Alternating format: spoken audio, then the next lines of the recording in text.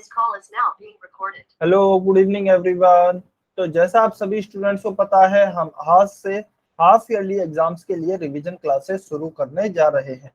सबसे पहला चैप्टर जो हम कवर करेंगे इन क्लासेस में वह है हमारा 10th मैथ्स का 5th चैप्टर, जिसका नाम क्या है, समांतर श्रेणियां, जिसे इंग्लिश में हम कहते हैं एरिथमेटिक प्रोग्रेशन, और शॉर्ट में इसे क्या कहते हैं हम, एपी।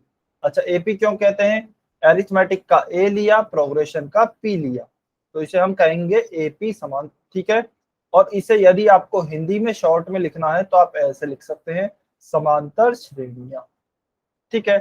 चलिए, तो सबसे पहले तो हम देखते हैं एरिथमेटिक प्रोग्रेशन से पहले भी कि प्रोग्रेशन क्या होता है, श्रेणी क्या होती है, या फिर प्रोग्रेशन को कई बार सीरीज भी बोलते हैं। तो सीरीज क्या होती है? तो यदि कोई भी संख्या या फिर काफी सारी संख्याएं आपकी इस प्रकार से लिखी जाती हैं, 2, 5, 7, 9, 15, 17, यदि इस प्रकार से आपकी काफी सारी संख्याएं कॉमा लगाकर लिखी जाती हैं लाइन में, तो इसे हम कहते हैं श्रेणी या फिर प्रोग्रेशन या फिर सीरीज, ठीक है। अब समांतर श्रेणी क्या होती है? तो देखिए, समांतर श्रेणी हम देखते हैं क्या होगी, डेफिनेशन पढ़ते हैं एक बार। समांतर श्रेणी संख्याओं की एक ऐसी सूची है जिसमें प्रत्येक पद, पहले पद के अतिरिक्त प्रत्येक पद अपने पद में एक निश्चित संख्या जोड़ने पर प्राप्त होता है। अच्छा, अब हो सकता है कुछ बच्चों को समझ में आया हो, कुछ बच्चों को समझ में नहीं आया हो, तो चलिए एक उदाहरण के द्वारा समझते हैं। 1, 3, 5, 7, 9, ठीक है। चलिए अब हम देखते हैं, यदि आप ध्यान से देखेंगे अगले पद को, यानी कि आगे वाले पद को यदि आप ध्यान से देखेंगे, उदाहरण के लिए मैं लेता हूं ये दूसरा पद 3, ठीक है। यह कैसे प्राप्त हुआ है? मैंने जब पहले पद में 2 जोड़ा तो मुझे अगला पद 3 प्राप्त हुआ, फिर मैंने इसमें जब 2 जोड़ा तो मुझे अगला पद 5 प्राप्त हुआ, फिर मैंने 2 यह जोड़ा तो मुझे अगला पद 7 प्राप्त हुआ, फिर मैंने 2 जोड़ा तो मुझे अगला पद 9 प्राप्त हुआ। तो इसका मतलब क्या है कि अगला पद पिछले पद में 2 जोड़ने पर प्राप्त हो रहा है। यदि आपके सारे अगले पद पिछले पदों में एक निश्चित संख्या, यह संख्या फिक्स होनी चाहिए, एक फिक्स संख्या जोड़ने पर प्राप्त हो रहा है, तो वह श्रेणी आपकी समांतर श्रेणी कहलाती है, ठीक है। अच्छा, अब इसकी डेफिनेशन 2 हो सकती है। पहली डेफिनेशन तो यह है कि अगला पद जो है वह पिछले पद में एक निश्चित संख्या जोड़ने पर प्राप्त हो जाए, उसे हम समांतर श्रेणी कहते हैं, ठीक है। और दूसरी डेफिनेशन क्या हो सकती है, दूसरी परिभाषा क्या हो सकती है कि पिछले पद में से यदि अगले पद में से यदि पिछले पद को घटाया जाए, मान लीजिए 3 में से मैं 1 को घटाता हूं, तो अगले पद में से पिछले पद को घटाने पर एक निश्चित संख्या प्राप्त हो, उसे हम समांतर श्रेणी कहते हैं। जैसे 3 में 3 अगला पद है, 3 में से मैं 1 को घटाता हूं तो 3 - 1 क्या होगा, 2 होगा। फिर अगला पद क्या है, 5, 5 में से मैं 3 को क्या करता हूं, घटाता हूं, ऊपर माइनस लिखा है, 5 में से 3 को घटाया तो भी मुझे 2 प्राप्त हुआ। फिर 7 में से मैंने 5 को घटाया तो भी मुझे क्या प्राप्त हुआ, 2 प्राप्त हुआ। फिर 9 में से मैंने 7 को घटाया तो भी मुझे 2 प्राप्त हुआ। तो आप किसी भी तरीके से कह सकते हैं, या तो अगले पद में से पिछला पद घटाने पर एक निश्चित संख्या प्राप्त हो, या फिर पिछले पद में एक निश्चित संख्या जोड़ने पर अगला पद प्राप्त हो, ठीक है। तो वह हमारी समांतर श्रेणी कहलाती है। लेकिन यह चाहे जोड़ें आप चाहे घटाएं, यह संख्या आपकी समान होनी चाहिए। उदाहरण के लिए मान लीजिए मुझे एक श्रेणी ऐसे दी गई है, यह श्रेणी है 5, 7, 8, 15, 17, ठीक है। मुझे देखना है क्या यह समांतर श्रेणी है या फिर नहीं है। तो मैं क्या करता हूं, पिछले पद में से अगला पद घटाता हूं, अगले पद में से पिछला पद, ठीक है, आगे वाले में से पीछे वाला पद। आगे वाला कौन सा है, 7, पीछे वाला कौन सा है इसके, 5। तो 7 में से 5 को घटाता हूं तो क्या आएगा, 2 आएगा। फिर आगे वाले में से पीछे घटाता हूं, यानी कि 8 में से 7 को घटाता हूं तो 8 माइनस 7 क्या आएगा, 1। फिर 15 में से 8 को घटाता हूं, आगे वाले में से पीछे वाले को, 15 माइनस 8 क्या आया, 7। तो यहाँ पर आप देख सकते हैं दो जो संख्याएं हैं उनका अंतर समान नहीं आ रहा है। इसका मतलब यह हमारी समांतर श्रेणी नहीं होगी। तो आपको कैसे पता लगाना है कोई भी श्रेणी समांतर श्रेणी है या फिर नहीं। अगला पद माइनस पिछला पद, अगला पद माइनस पिछला पद, यह आपका समान होना चाहिए।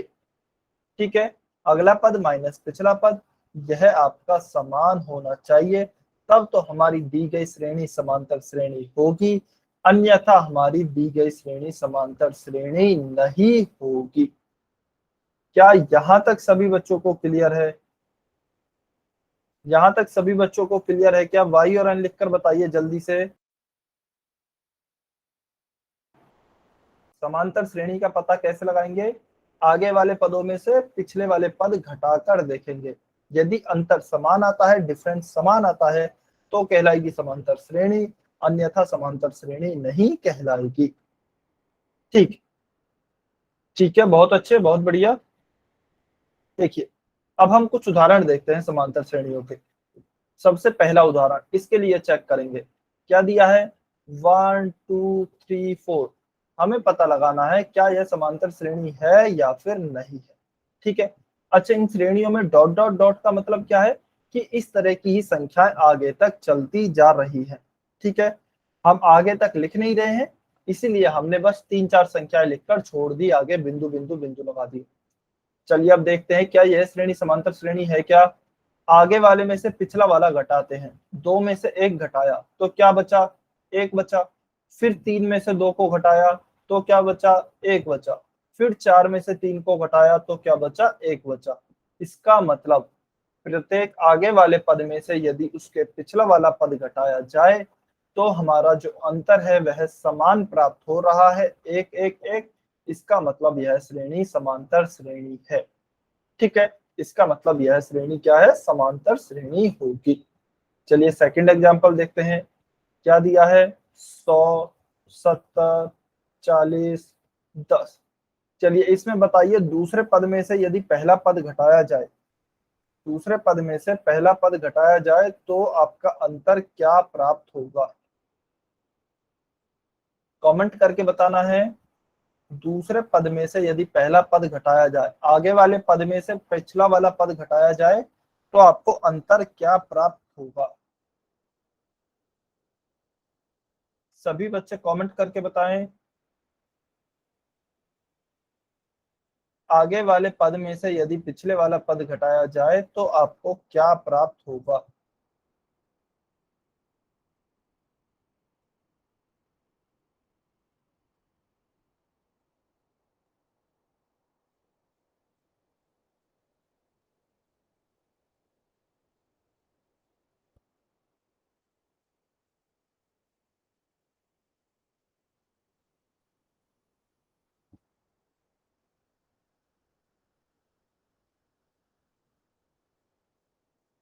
ठीक है, अच्छा, जिन भी बच्चों का -30 आंसर है, चलिए लक्ष्य भारद्वाज की आईडी से जो स्टूडेंट हैं, बेटा आप एक बार अनम्यूट करके बताएंगे आपने कैसे प्राप्त किया -30। ईमानदारी से आप लिखकर भी बता सकते हैं कमेंट में, आप अनम्यूट करके भी बता सकते हैं।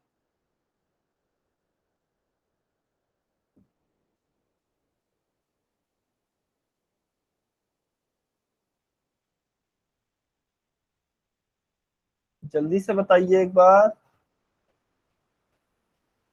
जैसे भी आपने सॉल्व किया है वैसे बताना है।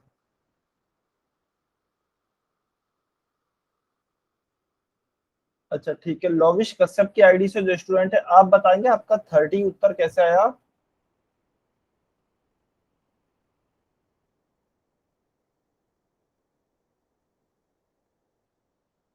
ठीक है, देखिए बेटा, एक तो आप सभी बच्चे अनम्यूट किया करेंगे जब भी आपसे पूछा जाता है, ठीक है। हाँ जी, रामाजुना कुंडू की आईडी से जो स्टूडेंट हैं, आप बस कुछ कहना चाहते हैं क्या? आप बताना चाहते हैं?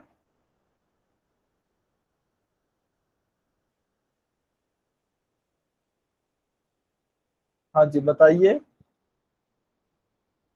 सर पहला पद है जो 100 है और सेकंड है जो 70 है, तो 100 में से 70 गए तो 30 बच गए। ठीक, ठीक है, थैंक यू सबसे पहले तो बताने के लिए, ठीक है, एंड वेरी गुड। देखिए, हाँ जी, काफी बच्चे यही मिस्टेक कर रहे हैं कि पहले पद में से दूसरा पद घटाते हैं, ठीक है। लेकिन हमें क्या करना है? हमें दूसरे पद में से पहला पद घटाना है, दूसरे में से पहला घटाना है, ठीक है। यानी कि 70 में से 100 घटाएंगे, और 70 में से 100 घटाएंगे तो क्या बचेगा? माइनस का 30। फिर तीसरे पद में से दूसरा पद घटाएंगे, 40 में से 70 को घटाएंगे तो क्या बचेगा? माइनस का 30। 10 में से 40 को घटाएंगे तब क्या बचेगा? माइनस का 30, ठीक है। तो यह हमारा क्या होगा? यह हमारा समान अंतर आ रहा है, तो इसका मतलब यह समांतर श्रेणी होगी, ठीक है। अब हो सकता है कुछ बच्चों का ये डाउट हो कि सर चाहे दूसरे में से पहला घटा लीजिए, मान लीजिए यदि हम पहले में से दूसरा घटाते हैं, 100 माइनस 70 करते हैं तो 30 आएगा। फिर दूसरे में से तीसरा घटाते हैं, 70 माइनस 40 करते हैं तो भी 30 आएगा। फिर 40 में से यदि 10 करते हैं तो भी 30 आएगा। तो सर देखिए, आ तो यहाँ पर भी समान ही रहा है, तो इसका मतलब क्या है? तो हम इसे भी देख कर सकते हैं कि यह एक समांतर श्रेणी है। तो बिल्कुल, आप ऐसे भी देखकर कह सकते हैं, लेकिन आपको हमेशा ऐसे करना है। अब वह क्यों करना है यह समझेंगे कि जो यह अंतर होता है, आगे वाले पद में से पिछले वाले पद को घटाने पर जो अंतर प्राप्त होता है उसे हम सार्व अंतर कहते हैं। क्या कहते हैं? आपने नाम सुना होगा, सार्व अंतर, यानी कि कॉमन डिफरेंस, जिसे हम डी से दर्शाते हैं, स्मॉल डी से जिसे हम दर्शाते हैं। तो यदि आपसे इस क्वेश्चन में पूछा जाता कि बताइए सार्व अंतर क्या है, तो आपको -30 लिखना होता, ठीक है। तो काफी बार बच्चे कंफ्यूजन के चलते ये कर देते हैं, जो कि गलत हो जाता है। तो बेहतर है आप इसे ध्यान ना रखें। आपको क्या ध्यान रखना है? आगे वाले पद में से पीछे वाला पद घटाना है। यदि आपके अंतर सभी पदों के समान आते हैं तो वह अंतर तो कहलाएगा आपका सार्व अंतर, और श्रेणी आपकी क्या कहलाएगी? समांतर श्रेणी, जिसे हम एपी भी कहेंगे, ठीक है। तो यह आपको करना है। चलिए, इसका आप विशेष का ध्यान रखेंगे। अच्छा, पहले वाले क्वेश्चन में हमारा सार्वंतर क्या आया था? ध्यान रखना है, पहले वाले में भी हमने क्या किया था? दो में से एक को घटाया था, आगे वाले में से पीछे वाले को घटाया था, तब हमारा एक आया था। तो इसमें यदि कोई आपसे सार्वंतर पूछता है तो क्या आएगा? चाहे आप 4-3 करें, चाहे आप 3-2 करें, चाहे आप 2-1 करें, यानी कि आगे वाले में से पीछे वाला घटाना है, तो आपका सार्व अंतर इसमें d बराबर 1 आएगा, ठीक है। तो यह आपको याद रखना है। देखिए, इसमें है ना बहुत ही छोटा सा डिफरेंस होता है, काफी बच्चे कंफ्यूज रहते हैं, तो यह आपको बहुत ही ध्यान से समझना है, ठीक है। यह तो हम, अच्छा, हम सार्वंतर निकालने के लिए तो क्या कर रहे हैं? आगे वाले पद में से पीछे वाला पद घटा रहे हैं, ठीक है। लेकिन मान लीजिए मुझे आगे वाला पद ज्ञात करना है, मुझे आगे वाला पद ज्ञात करना है, तो मैं क्या करूंगा? तो मैं फिर इस पिछले वाले पद में सार्व अंतर को जोड़ूंगा। वैसे इसे हम आगे और डिटेल में चर्चा करेंगे, लेकिन आपका कंफ्यूजन यही क्लियर हो जाए, इसीलिए मैं आपको यहीं पर ही बता रहा हूं, ठीक है। अच्छा, इसको नेक्स्ट पेज पे बता देते हैं। 1 2 3 4। तो अभी तक आपको यह तो पता लग गया कि यह क्या है, यह एक समांतर श्रेणी है। क्यों है? क्योंकि यहाँ पर सार्व अंतर समान आया है। अब सार्व अंतर समान कैसे आया है? हमने अगले पद में से पिछले पद को माइनस किया है। अगला पद माइनस पिछला पद, यह होता है आपका सार्व अंतर, ठीक है, जिसे हम डी से दर्शाते हैं। तो मान लीजिए मैं 2 में से 1 घटाता हूँ, 2 अगला पद है, इसका पिछला पद क्या हो गया 1, तो 2 माइनस 1, 1 आया, जो कि आपका सार्व अंतर होगा डी। कोई बच्चा यह नहीं लेना चाहता है, वो तो कहेगा कि सर मैं तो अगला पद 3 लूंगा या लूंगी। तो 3 में से फिर आपको किसको घटाना होगा, उसका पिछला पद क्या होगा 3 माइनस 2, तो 3 माइनस 2 क्या हो जाएगा फिर से 1, फिर से वह आपका डी कहलाएगा। कोई बच्चा बोलेगा कि नहीं सर मैं तो 4 माइनस 3 करूंगा, तो आप ऐसे भी कर सकते हैं, 4 माइनस 3, 1 आएगा, वह भी आपका सार्व अंतर होगा, ठीक है। अच्छा, यह जो संख्याएं होती हैं आपकी समांतर श्रेणी में, यह आपके पद कहलाते हैं। जैसे 1 क्या हो गया, आपका पहला पद हो गया, यह आपका दूसरा पद हो गया, यह तीसरा पद, यह चौथा पद, ठीक है। जो सबसे पहले संख्या लिखी हुई है वह पहला पद, जो दूसरे नंबर पर संख्या लिखी हुई है वह दूसरा पद, जो तीसरे नंबर पर लिखी है वह तीसरा, और जो चौथे नंबर पर लिखी है वह चौथा। इसी प्रकार से आगे तक चलती रहती है। अब हमसे कोई कहे 4 पद तक तो यहाँ हमें दिए गए हैं, ये पहला, दूसरा, तीसरा और चौथा पद। हमसे कोई कहे कि 5वां पद निकालिए, तो 5वां पद निकालने के लिए मैं क्या करूंगा, 5वां पद निकालने के लिए मैं इस चौथे पद में सार्व अंतर को जोड़ दूंगा। चौथे पद में क्या करूंगा, सार्व अंतर को जोड़ दूंगा। तो देखिए, यदि आप निकालना चाहें तो आप इस फॉर्मूले से भी निकाल सकते हैं। यह फॉर्मूला आई थिंक आप सभी को अभी तक क्लियर हो गया होगा। तो देखिए, मुझे क्या निकालना है, मुझे अगला पद निकालना है। कौन किसके अगला पद, 4 के अगला पद निकालना है। तो अगला पद बराबर क्या होगा, अगला पद बराबर क्या होगा, पिछला पद यहाँ पर माइनस में है, मैं इसको यहाँ पर ले जाता हूँ, तो यहाँ पर प्लस में हो जाएगा, दूसरे पक्ष में जाएगा, तो सार्वंतर डी प्लस पिछला पद, सार्वंतर डी प्लस पिछला पद। तो अगला पद हम कैसे निकाल सकते हैं, पिछले पद में सार्व अंतर को जोड़कर, या फिर आप उल्टा भी कह सकते हैं कि अगले पद में से पिछले पद को घटाकर सार्वंतर निकाल सकते हैं। दोनों का मतलब एक ही है, ठीक है। फॉर्मूले दो हैं, सॉरी फॉर्मूले एक है, लेकिन आप उसको दो तरीके से यूज कर सकते हैं। यदि आपसे सार्वंतर पूछा जाता है तो आप इस तरीके से यूज करें, यदि आपसे अगला पद पूछा जाता है तो आप इस तरीके से यूज करें। अब मान लीजिए मुझसे 5वां पद पूछा जाता है कि बताइए 5वां पद कौन सा होगा, तो मुझे अगला पद निकालना है। 5वां पद कैसे निकालूंगा, सार्वंतर निकाला हुआ है मैंने डी, डी बराबर क्या है 1 प्लस पिछला पद कौन सा रहेगा, अगला पद मुझे निकालना है, यहाँ पर कौन सा पद आएगा, इसके पिछला पद कौन सा है, यह है 4, तो 1 प्लस 4, तो क्या आ गया 5 आ गया मेरा 5वां पद, या फिर कहूंगा 4 के आगे वाला पद। क्लियर हुआ सभी बच्चों को, यहां तक क्लियर है क्या, y और n लिखकर बताइए सभी बच्चे।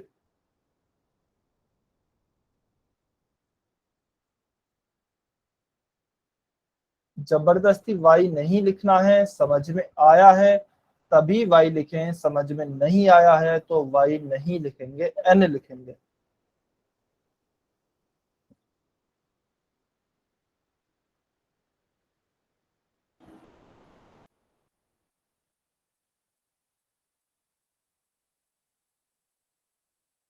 समझ में आया क्या बेटा, कुछ बच्चे कमेंट नहीं कर रहे हैं। शमशेर सिंह की आईडी से जो स्टूडेंट हैं, आपको समझ में आया, रामाजुना कुंडू की आईडी से जो स्टूडेंट हैं,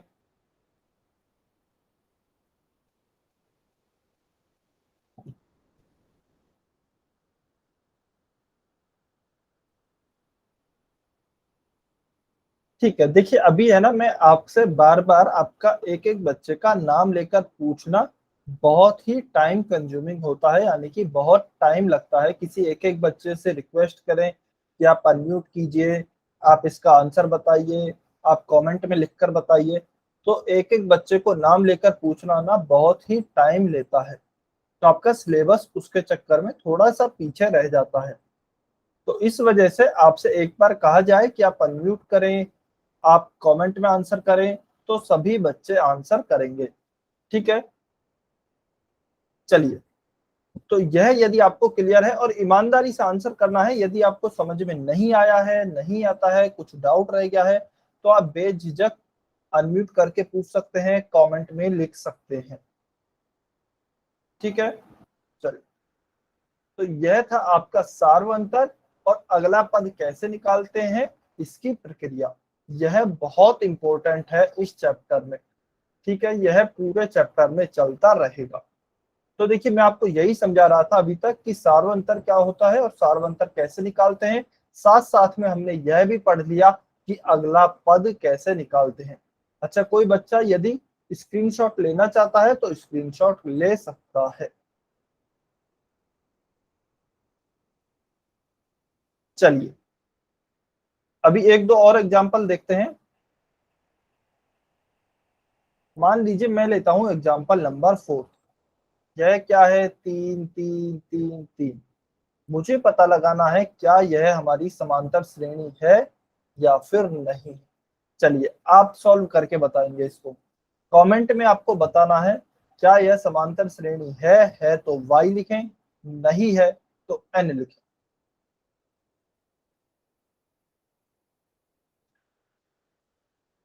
क्वेश्चन नंबर 4 3 3 3 3 जो लिखा है इसको चेक करके बताइए क्या यह समांतर श्रेणी है या फिर नहीं।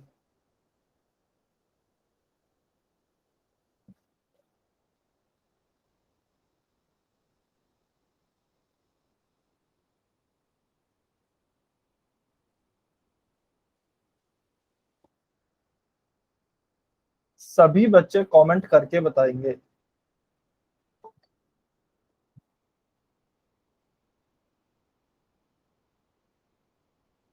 वेरी गुड, बहुत अच्छे, बहुत बढ़िया, वेरी गुड। तो बिल्कुल आप सभी का उत्तर सही है, यह हमारी समांतर श्रेणी है। क्यों है समांतर श्रेणी? आगे वाले पद में से पिछले वाले पद को घटा कर देखते हैं। 3 - 3 क्या आया? 0। फिर इस आगे वाले पद में से पीछे वाले पद को घटाएंगे। 3 - 3 क्या आया? 0। फिर इस आगे वाले पद में से पीछे वाले पद को घटाएंगे। 3 - 3 क्या आया? 0। क्या सभी पदों को घटाने पर 0 ही आ रहा है? बिल्कुल। और 0 हम देख रहे हैं तीनों में ही आ रहा है, यानी कि समान अंतर आ रहा है। तो यह हमारी समांतर श्रेणी होगी और हमारा कॉमन डिफरेंस क्या कहलाएगा? 0 कहलाएगा। ठीक है, तो यह आपको याद रखना है। चलिए, अच्छा, अब एक इंपॉर्टेंट चीज आती है। वैसे हमने पढ़ ली है कि पद क्या होता है। तो किसी भी समांतर श्रेणी की जो यह संख्याएं लिखी होती हैं जो कि कॉमा से अलग कर कर लिखी गई होती हैं। जैसे 1 है उसके बाद कॉमा लगा है, 2 है उसके बाद कॉमा लगा है, 3 है उसके बाद कॉमा लगा है, 4 है उसके बाद डॉट डॉट डॉट है। तो ये जो कॉमा से आपको अलग कर कर संख्याएं लिखी गई हैं, यह सभी आपके क्या कहलाते हैं? यह सभी आपके पद कहलाते हैं या फिर समांतर श्रेणी के पद कहलाते हैं, जिसे हम इंग्लिश में क्या कहते हैं? Term of an arithmetic progression. ठीक है, अब देखिए, जो सबसे पहले संख्या, अच्छा हो सकता है इससे आपको कंफ्यूजन हो, दूसरा एग्जांपल भी ले लेते हैं। दूसरा क्या है? 100 70 40 10। ठीक है, तो इसमें पद कौन कौन से हो गए? 100 हो गया, 70 हो गया, 40 हो गया, 10 हो गया, इत्यादि। तो इसमें जो सबसे पहली संख्या लिखी गई होती है वह कहलाता है पहला पद, जिसे हम प्रथम पद भी कहते हैं या फिर फर्स्ट टर्म कहते हैं। और पदों को किससे दर्शाया जाता है? पदों को ए से दर्शाया जाता है। यदि पहला पद है तो इसे हम ए लिखेंगे या फिर इसे हम A1 लिखेंगे। ठीक है, और यह क्या है हमारा? 100 इस श्रेणी में। फिर दूसरा पद क्या होगा? जो दूसरे नंबर पर होगा इसे हम सेकंड टर्म कहते हैं, इसे हम A2 से दर्शाएंगे। और यह क्या होगी? 70, क्योंकि यह दूसरे नंबर पर लिखा है। ऐसे ही क्या होगा आपका तीसरा पद? इसे हम किससे दर्शाएंगे? A3 से। और यह क्या है जो तीसरे नंबर पर लिखा है? 40। तो इसी प्रकार से श्रेणी में आपकी जो संख्याएं लिखी होती हैं जो कॉमा से अलग कर कर लिखी गई होती हैं उन्हें हम पद कहते हैं या फिर टर्म कहते हैं। ठीक है, चलिए, अब देखिए एक इंपॉर्टेंट चीज आती है, आपने यहाँ पर नोटिस भी किया होगा, जब हमने पहला क्वेश्चन सॉल्व किया तो हमारा जो सार्व अंतर था वह क्या आया, वह हमारा 1 आया, यानी कि धनात्मक आया। ठीक है, फिर आपने नोटिस किया होगा, मान लीजिए दूसरा क्वेश्चन है, यह हमने सॉल्व किया था, 70 में से 100 घटाया था, 70 माइनस 100 किया था तो क्या आया था, माइनस का 30 आया था। 40 माइनस 70 आया था, तो 40 माइनस 70 किया तो भी क्या आया, -30, यानी कि हमारा जो सार्व अंतर था वह -30 आया था, ऋणात्मक आया था। ठीक है, और आपने चौथे क्वेश्चन में नोटिस किया हमारा सार्व अंतर 0 आया है। तो हमारा जो सार्व अंतर होता है वह धनात्मक भी हो सकता है, वह ऋणात्मक भी हो सकता है, और वह शून्य भी हो सकता है। ठीक है, तो यह आपको ध्यान रखना है। यहां तक सभी बच्चों को क्लियर है ना? क्या यहां तक सभी बच्चों को क्लियर है? ठीक है, अच्छा देखिए मैं आपसे बार बार इसीलिए पूछ रहा हूं ताकि यदि आपका कोई डाउट हो तो आप खुलकर पूछ सकें।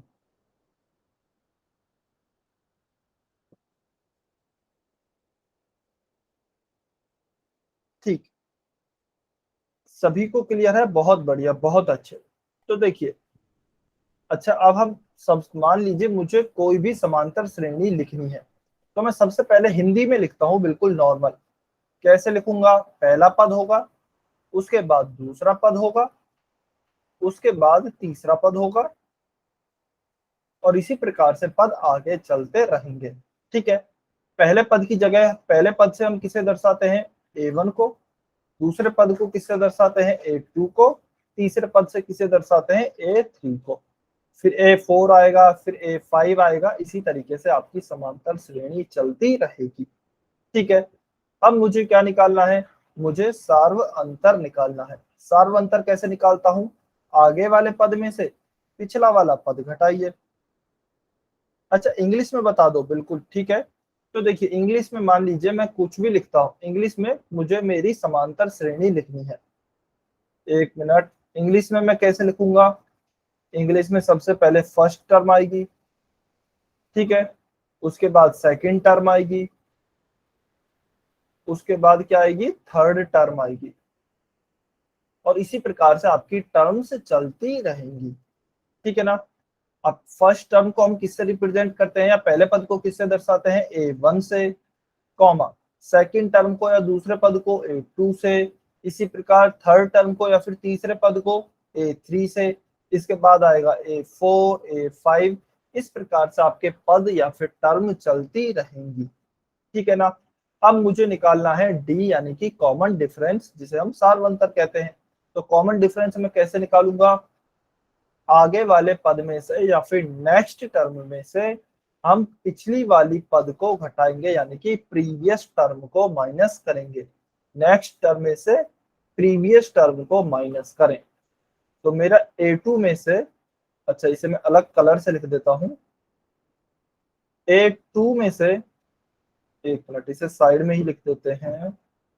यदि मैं A2 में से A1 को सब्ट्रैक्ट करूं, यानी कि दूसरे पद में से पहले पद को घटाऊं, पिछले पद को घटाऊं, तो क्या मुझे सार्वंतर प्राप्त हो जाएगा?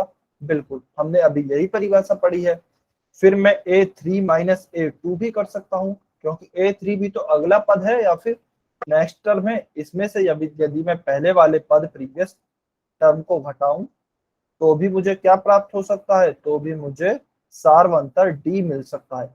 इसी तरीके से मैं A4 माइनस A3 भी कर सकता हूँ, इसी तरीके से मैं A5 माइनस A4 भी कर सकता हूँ। तो ये सभी आपको सार्व अंतर देंगे जो कि बिल्कुल समान होगा। तो देखिए इसे मैं जनरल फॉर्म में लिख रहा हूँ, यानी कि सामान्य रूप से, व्यापक रूप में लिख रहा हूँ। तो मैं कैसे लिख सकता हूँ, आप देखिए यहाँ पर 5 है तो एक कम उससे यहाँ पर है, यहाँ पर 4 है तो एक कम उससे यहाँ पर है, तो मैं इसे कैसे लिख देता हूँ, an माइनस an-1। तो यह हमारा डी का यानी कि सार्व अंतर का फॉर्मूला होगा। अब इस फॉर्मूले को देखिए रटना नहीं है, इसका मतलब समझना है। इसका मतलब क्या है कि आप कोई भी n टर्म ले लें, nth टर्म मतलब कोई भी टर्म ले लें। nth का मतलब क्या है कि कोई भी जनरल टर्म 10वीं 20वीं 50वीं 1000वीं 2000वीं कोई भी टर्म ले लें, और उसमें से यदि आप पहले वाली टर्म घटाएं, उसमें से यदि आप उसके जस्ट पिछली वाली टर्म घटाएं, तो आपको सार्व अंतर प्राप्त होगा। तो इसका मतलब यह है कि आप कोई भी टर्म में ले लें, उसमें से यदि आप प्रीवियस वाली टर्म को सब्ट्रैक्ट करेंगे तो आपको कॉमन डिफरेंस मिलेगा। ठीक है, इस फॉर्मूले का मतलब यह है। चलिए, उम्मीद करता हूं आप सभी को यहां तक सभी को समझ में आ गया होगा। ठीक है, बहुत बढ़िया। अब मान लीजिए मुझे सार्व अंतर तो निकालना आ गया, यानी कि कॉमन डिफरेंस तो मुझे निकालना आ गया। कैसे निकालते हैं? an-an-1 यह होता है हमारा d, या फिर अगर मैं हिंदी में कहूं हमें याद कैसे रखना है, अगला पद माइनस पिछला पद, यह होता है हमारा सार्व अंतर। तो यहाँ लिख भी लेते हैं, अगला पद माइनस पिछला पद, यह होता है मेरा सार्व अंतर। ठीक है, अच्छा इसे अगर मैं इंग्लिश में लिखूं, next term minus previous term, तो यह होता है हमारा कॉमन डिफरेंस। इसे मैं CD लिख रहा हूं और इसे हम D से दर्शाते हैं। ठीक है, तो यह आपका फॉर्मूला होता है। यह तो हो गया मुझे D निकालने का। अब मुझे पूरी एक हमारी समांतर श्रेणी AP अरिथमेटिक प्रोग्रेशन बनानी है। तो मैं कैसे बनाऊंगा? जबकि मुझे पहला पद दिया गया है A, और सार्व अंतर कॉमन डिफरेंस मुझे क्या दिया गया है? D। अच्छा, ये कंफ्यूज नहीं होना है, यह A है ना, यह A है और यह D है। तो पहला पद है A, सार्वंतर है D। अब मुझे पूरी AP बनानी है, अरिथमेटिक प्रोग्रेशन। तो मैं कैसे बनाऊंगा? सबसे पहले तो पहला पद लिखते हैं, फर्स्ट टर्म लिखते हैं। फर्स्ट टर्म हो गई A। अब मुझे नेक्स्ट टर्म निकालनी है। तो नेक्स्ट टर्म मैं कैसे निकालूंगा? देखिए, ध्यान से देखिए, अगला पद निकालना है। अगर मैं पिछले पद को यहां पर ले जाऊं तो क्या होगा? वैसे हम ये डिस्कस कर चुके हैं, सार्व अंतर प्लस पिछला पद। अगला पद क्या हो जाएगा? सार्व अंतर D प्लस पिछला पद। ठीक है, ऊपर लिख देता हूं मैं, अगला पद हमारा क्या हो जाएगा? सार्व अंतर प्लस पिछला पद। और अगर इंग्लिश में मैं बताऊं तो क्या होगा? आपकी जो नेक्स्ट टर्म होगी वह क्या हो जाएगी? कॉमन डिफरेंस, यानी कि D प्लस प्रीवियस टर्म। ठीक है, अब मुझे नेक्स्ट टर्म निकालनी है A2।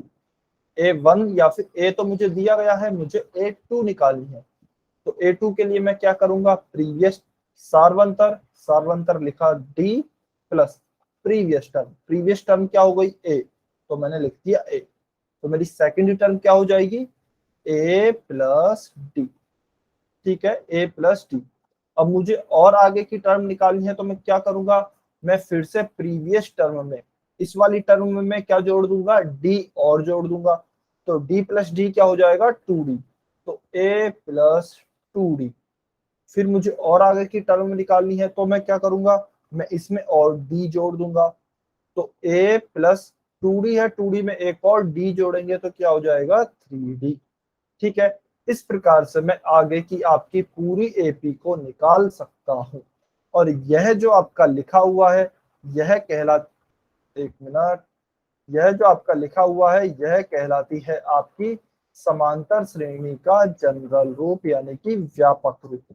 ठीक है, यह है आपकी समांतर श्रेणी का व्यापक रूप, या जिसे हम क्या कहते हैं? General form of an arithmetic progression AP। ठीक है, तो यह आपको याद रखना है। क्या सभी बच्चों को यहां तक क्लियर है? देखिए, अभी तक आपको क्या क्या आना चाहिए?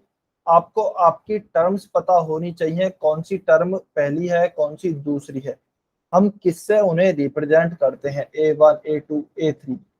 ठीक है, हम कॉमन डिफरेंस कैसे निकालते हैं, और यदि हमें कॉमन डिफरेंस दिया गया है पहले से, तो हम नेक्स्ट टर्म कैसे निकाल सकते हैं। तो यह सब चीज आपको पता होनी चाहिए। क्या यहाँ तक आपको क्लियर है? क्या यहाँ तक समझ में आया सभी बच्चों को?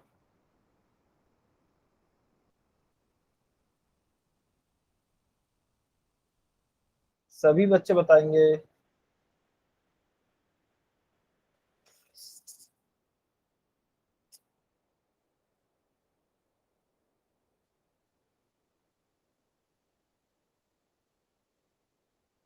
ठीक, ठीक है, बहुत बढ़िया, समझ में आया तो वेरी गुड, बहुत अच्छे। ठीक है, चलिए अब हम थोड़ी सी परिभाषा और देख लेते हैं क्या होती है। देखिए, हमारी जो एपी होती है या फिर जो हमारी समांतर श्रेणी होती है वह कुल दो तरह की होती है। दो तरह की कौन कौन सी? पहली होती है परिमित एपी, ठीक है, इसे हम इंग्लिश में कहते हैं फाइनाइट एपी।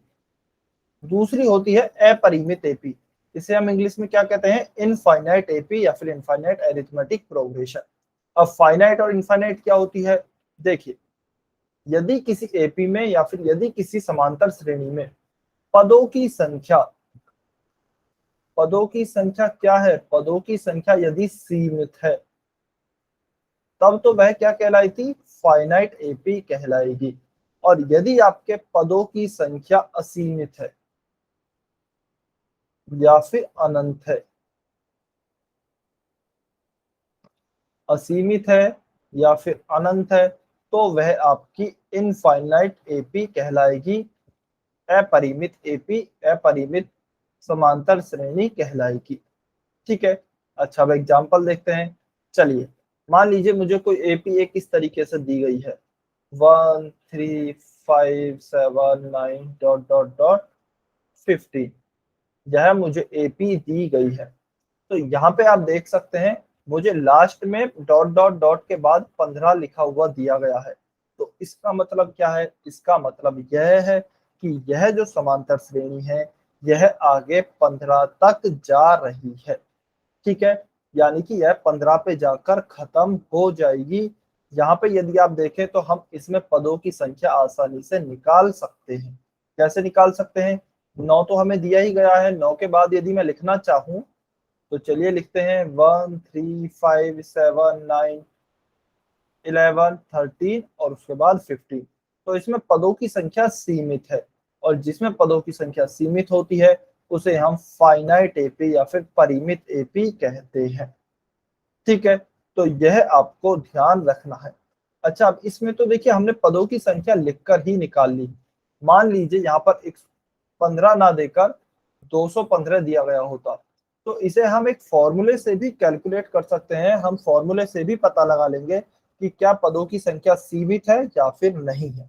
ठीक है, अच्छा बेसिक सब जो फंडा होता है वह तो यही है कि यदि आपको लास्ट टर्म यहाँ पर लिखकर दी गई है, लास्ट टर्म यहाँ पर आपको लिखकर दी गई है, इसका मतलब यह एपी कहीं ना कहीं तो खत्म हो रही है। तो हम इसमें आसानी से पदों की संख्या निकाल सकते हैं। तो अगर आपको लास्ट टर्म दी गई है तो वह एपी फाइनाइट एपी होगी।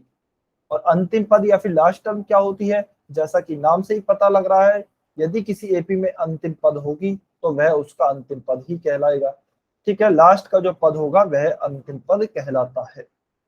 अब अपरिमित एपी की यदि हम बात करें तो अपरिमित एपी क्या होगी, जो कि हम अभी तक पढ़ रहे थे।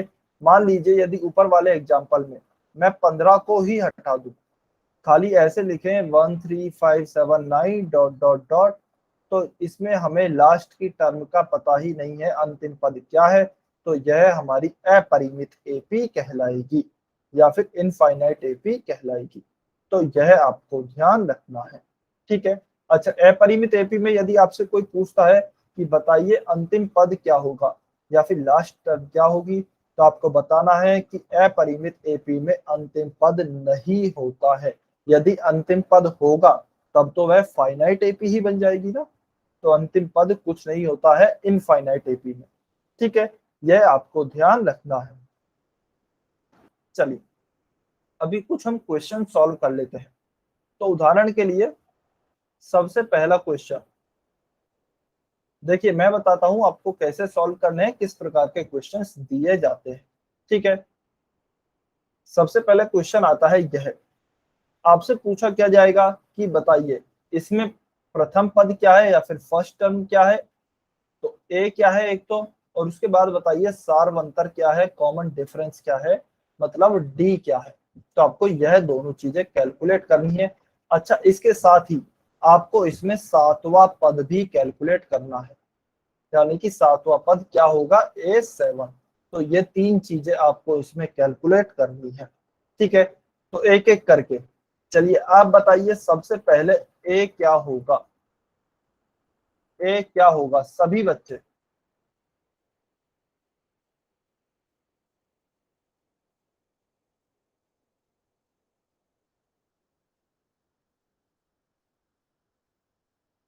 सभी बच्चे बताएंगे ए क्या होगा।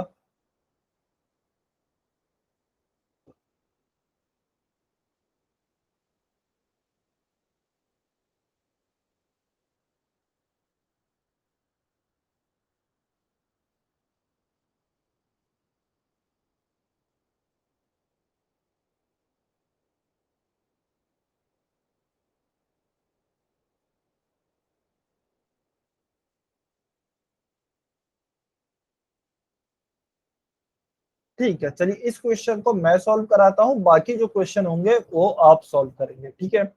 तो देखिए ए का मतलब क्या होता है, ए का मतलब है प्रथम पद, फर्स्ट टर्म। ए पूछ सकते हैं या फिर आपसे कहा जा सकता है A1 निकालिए। तो पहला पद क्या है, पहला पद जो है इसमें होगा 2, क्योंकि सबसे पहले यही लिखा है, तो इसमें पहला पद होगा 2। अच्छा, इससे भी पहले मान लीजिए इसमें, चलिए एक और क्वेश्चन ऐड कर देते हैं। सबसे पहले आपको चेक करना है कि यह क्या समांतर श्रेणी है या नहीं है, ठीक है। तो सबसे पहले हम यह चेक करते हैं क्या समांतर श्रेणी भी है या फिर नहीं है।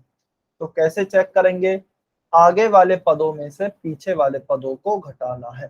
तो 4 में से 2 को घटाऊंगा, 4 - 2 क्या आया 2, ठीक है। फिर 6 में से 4 को घटाऊंगा, 6 - 4 क्या आया 2। फिर 8 में से 6 को घटाऊंगा, तो 8 - 6 क्या आया 2। फिर 10 में से मैं 8 को घटाऊंगा, तो 10 - 8 क्या आया 2 आया फिर से। तो इसका मतलब क्या हुआ कि जो डिफरेंस है हमारे पदों का, टर्म्स का जो डिफरेंस है वह तो सेम आ रहा है, यानी कि समान आ रहा है। इसका मतलब यह समांतर श्रेणी एपी यानी कि अरिथमेटिक प्रोग्रेशन तो है, ठीक है। उसके बाद हमसे क्या पूछा है, ए। यदि समांतर श्रेणी है तो आप ए बताइए, पहला पद बताइए, प्रथम पद क्या होगा। तो पहले सबसे पहले कौन सी संख्या लिखी हुई है, 2 लिखी हुई है, तो यह हमारा क्या होगा, यह हमारा प्रथम पद होगा 2, ठीक है। फिर हमसे पूछा है कॉमन डिफरेंस क्या होगा, सार अंतर डी बताइए। तो डी हम कैसे निकालते हैं, अगले पद में से पिछला पद घटाकर निकालते हैं, यानी कि 4 - 2 करेंगे तो 2 आया, 6 - 4 करेंगे तो 2 आया, 8 - 6 करेंगे तो भी 2 आया। तो यह हमारा जो सेम डिफरेंस आया है, यही तो होता है कॉमन डिफरेंस। तो हमारा सार अंतर कॉमन डिफरेंस क्या हो गया, यह हो गया हमारा 2, यह भी 2 हो गया, ठीक है। तो इसे भी हम यहाँ लिख देते हैं 2। उसके बाद A7 यानी कि सातवां पद निकालना है, सातवां पद, सेवंथ टर्म, यह क्या होगी। तो देखिए हमें यहाँ पर कितना दिया गया है, कितने पद हैं, पहला पद, दूसरा पद, तीसरा पद, चौथा पद, पांचवा पद। 5 पद तक तो दिए गए हैं, मुझे सातवां निकालना है। तो कैसे निकालूंगा, पांचवे के बाद पहले छठा निकालते हैं। तो पांचवे के आगे जाएंगे, तो देखिए इसमें हम सार्वंतर को यदि जोड़ दें, हमने फॉर्मूला पढ़ा था ना अभी यहाँ पर, एक मिनट। कि देखिए अगला पद क्या होता है, सार्व अंतर प्लस पिछला पद, यानी कि पिछले पद में सार्वंतर को हम जोड़ देते हैं। तो चलिए जोड़ते हैं पिछले पद में सार्वंतर को। पिछला पद क्या है 10, मुझे अगला पद निकालना है, तो मैं सार्वंतर को जोड़ दूंगा। सार्वंतर क्या है 2, तो 10 में 2 को जोड़ूंगा तो क्या होगा, 10 + 2 करेंगे तो क्या होगा 12 होगा। तो मेरा छठा पद क्या आ गया 12। उसके बाद सातवां पद कैसे निकालूंगा, पिछले पद में 2 और जोड़ूंगा, प्रीवियस टर्म में 2 और ऐड करूंगा कॉमन डिफरेंस को, ठीक है। तो 12 में मैं 2 और ऐड करता हूं, तो क्या आ जाएगा 14। तो यह मेरा कॉमन डिफरेंस होगा, सॉरी यह मेरा सेवंथ टर्म होगी, सातवां पद 14। तो यह हमारे क्वेश्चंस के आंसर होंगे। क्या सभी बच्चों को क्लियर है, समझ में आए। ईमानदारी से बताना है, यदि यह क्वेश्चन आपके समझ में आ गया है तो आप अपनी एक्सरसाइज 5.1 यह आसानी से कंप्लीट कर सकते हैं। ठीक है, क्या यह सभी बच्चों को क्लियर है क्या?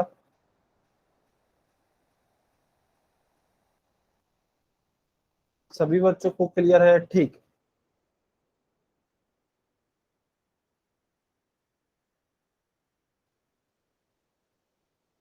ठीक है, बहुत अच्छे। चलिए मैं अब आपसे एक क्वेश्चन पूछता हूं।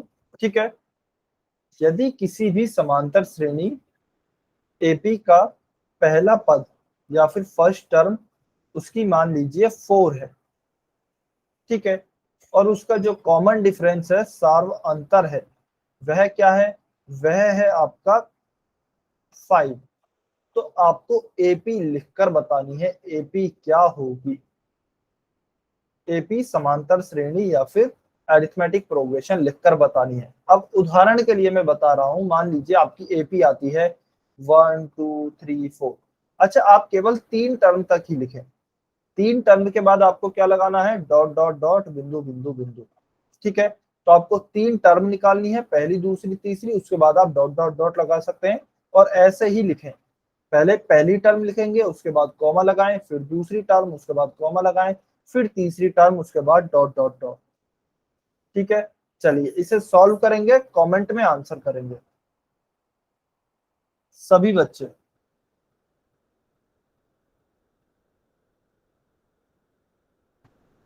देखते हैं कितने बच्चे सही उत्तर करते हैं। आराम से सोच समझकर सॉल्व करें। ठीक है, और सही उत्तर करने की कोशिश करेंगे।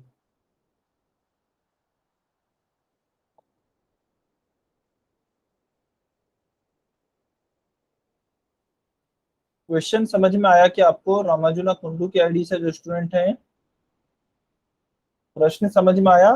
आपको पहला पद दिया गया है, सार्वंतर दिया गया है, आपको एपी निकालनी है, अरिथमेटिक प्रोग्रेशन वह निकालना है।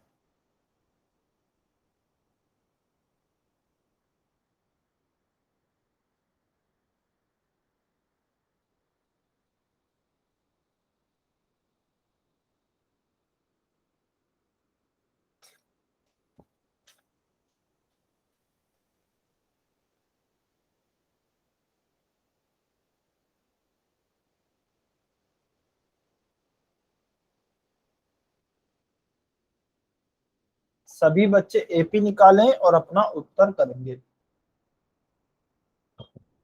इसके बाद हम एक क्वेश्चन और सॉल्व करेंगे।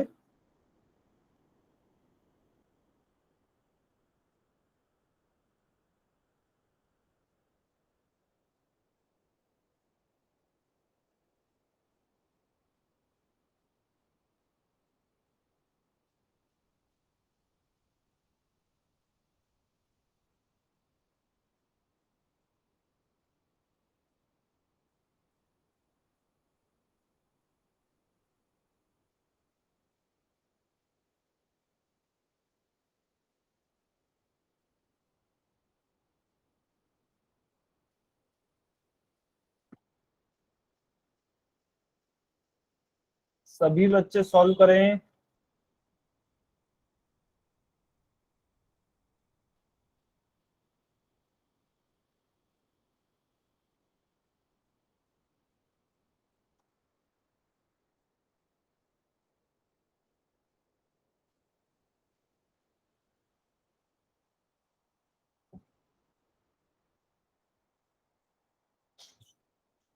सभी बच्चों को एपी निकालनी है।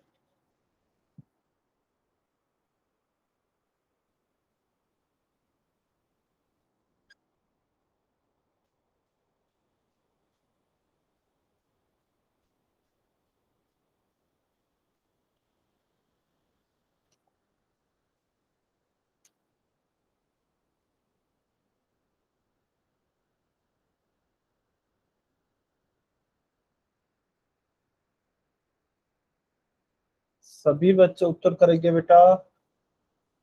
क्या वो आपके समझ में आया या नहीं आया? चलिए पहले ये बताइए, आपके समझ में आया या नहीं आया?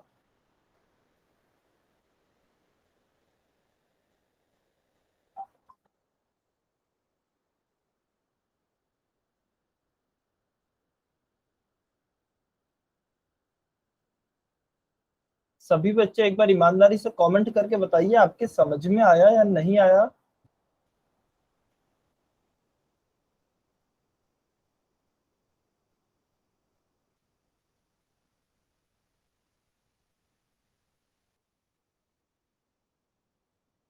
ठीक है, तो देखिए आपसे क्या पूछा गया है। ठीक है, देखिए आपसे पूछा गया है, आपको प्रथम पद दिया गया है फर्स्ट टर्म 4। ठीक है, कॉमन डिफरेंस क्या दिया गया है, 5 दिया गया है। अब हमें एपी बतानी है। सबसे पहले हम क्या लिखते हैं, पहला पद। इसके बाद मुझे नेक्स्ट टर्म निकालनी है, अगला पद। अगला पद कैसे निकालूंगा, पिछले पद में देखिए यहाँ पर हमने कैसे निकाले थे अगले पद। यदि आपको अगला पद निकालना है, देखिए बहुत ही सिंपल सी बात बताता हूं। हमने लिखा 4, मुझे अगला पद निकालना है, आगे जाना है। तो आगे जाऊंगा तो क्या करूंगा, जोड़ूंगा ना। आगे जाएंगे तो जोड़ेंगे। तो आगे जोड़ूंगा तो कितना, 5 जोड़ूंगा, 4 + 5। ठीक है, तो क्या उत्तर आएगा, 4 + 5 9। फिर और आगे जाना है, मुझे थर्ड टर्म निकालनी है, तो मैं फिर से जोड़ूंगा, 9 + 5 14। तो ये आपकी एपी हो जाएगी, 4 9 14 डॉट डॉट डॉट। ये आपकी एपी है। बस खत्म हो गया क्वेश्चन। इतना सा क्वेश्चन था। यदि आपसे कोई पूछता है पांचवा पद बताइए, फिफ्थ टर्म क्या होगी, तो पहली टर्म ये, दूसरी ये, तीसरी ये, और आगे चलेंगे 5 और जोड़ा, ये हो गई हमारी फोर्थ टर्म। और आगे चलेंगे +5, तो 24। यह हो गई हमारी फिफ्थ टर्म। ठीक है, यह कौन सी टर्म हो गई, फिफ्थ टर्म। ठीक है, तो इस तरीके से आप उत्तर निकाल सकते हैं। क्लियर है क्या, समझ में आया बेटा अभी आपको,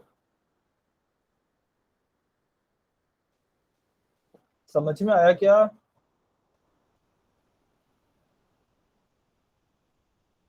ठीक है, चलिए समझ में आया तो आज का लास्ट क्वेश्चन यह है, जल्दी से सॉल्व करके बता दीजिए इसका उत्तर क्या आएगा।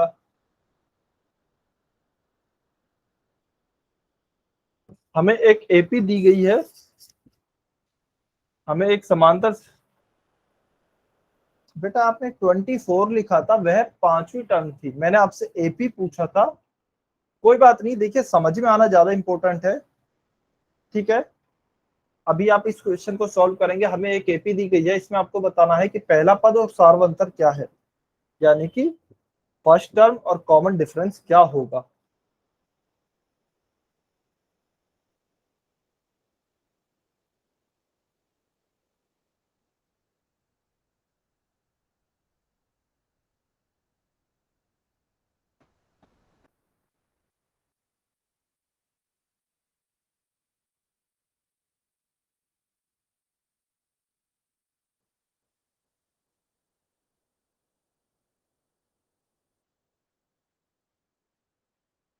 प्रथम पद सार्व अंतर दोनों चीजें बतानी है।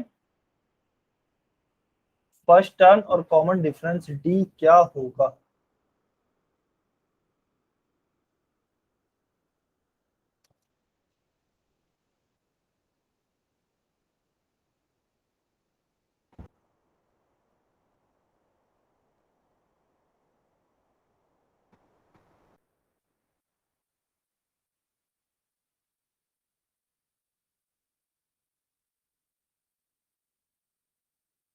सभी बच्चे सॉल्व करेंगे, पोल से सॉरी कमेंट सेक्शन में आंसर करेंगे। आज का लास्ट क्वेश्चन है, देखते हैं कितने बच्चे इस क्वेश्चन को सही करते हैं।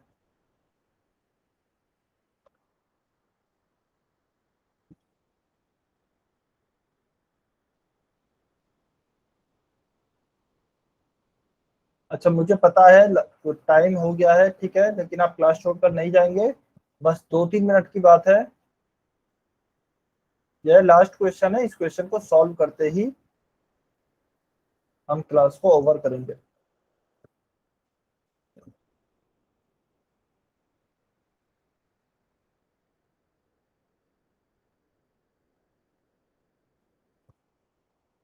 चलिए तो इसे भी मैं सॉल्व कर देता हूँ। देखिए प्रथम पद क्या होगा, पहला पद तो हमें सीधा दिख रहा है, 3/2। ठीक है, सार्वंतर डी क्या होगा, या तो आप दूसरे पद में से पहला पद घटा लीजिए, दूसरे पद में से पहला पद घटा लीजिए। ठीक है, या फिर आप तीसरे में से दूसरा घटा लीजिए, या फिर आप चौथे में से तीसरा पद घटा लीजिए। ठीक है, तो आपको कॉमन डिफरेंस मिल जाएगा। तो चलिए मैं दूसरे में से पहला पद घटाता हूं। देखिए, यह जो मैंने आपको फॉर्मूला बताया है ना, यह बहुत इंपॉर्टेंट है। अगला पद माइनस पिछला पद सार बनता है, तो आपको कॉमन डिफरेंस निकालना है तो आप ये यूज करें। आपको नेक्स्ट टर्म निकालनी है तो आप ये वाला यूज करें।